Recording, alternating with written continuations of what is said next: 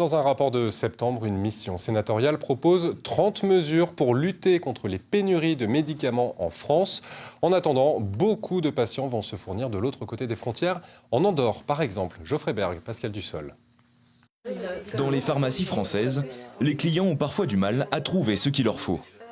Je suis diabétique et hypertendue et j'ai un médicament qui s'appelle Janumette et qui est en rupture de stock depuis des mois.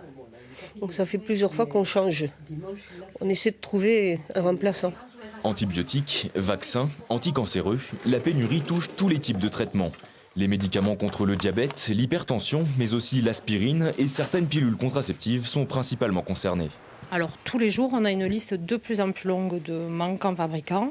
Et maintenant, quasiment sur chaque ordonnance, il nous manque au moins un médicament. Alors on essaie de se débrouiller déjà, à se dépanner entre confrères, de changer les dosages. On appelle les médecins ou parfois les patients vont dans d'autres villes.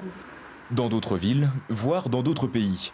Depuis plusieurs mois, cette pharmacie andorrane reçoit beaucoup d'appels et de visites de clients français à la recherche de médicaments indisponibles. Par exemple, celui-ci, c'est l'équivalent de l'aspirine Protect 100 mg en France, qui lui, est effectivement en pénurie. Donc dans ce cas-là, on arrive à l'avoir en Espagne. Et d'ailleurs, il n'a pas le même nom. En Andorre, les pharmacies s'approvisionnent en France et en Espagne, ce qui limite les risques de pénurie. Mais la principauté n'est pas un Eldorado pharmaceutique pour autant. Il y a des cas où on peut satisfaire la demande puisqu'il existe un équivalent soit du même labo, soit d'un autre labo en Espagne ou dans un autre pays. Et puis il y a des cas où malheureusement c'est pas possible parce qu'il y a aussi des pénuries en Espagne. Donc quand ça concerne les deux pays, là c'est difficile de le trouver. La situation s'aggrave d'année en année.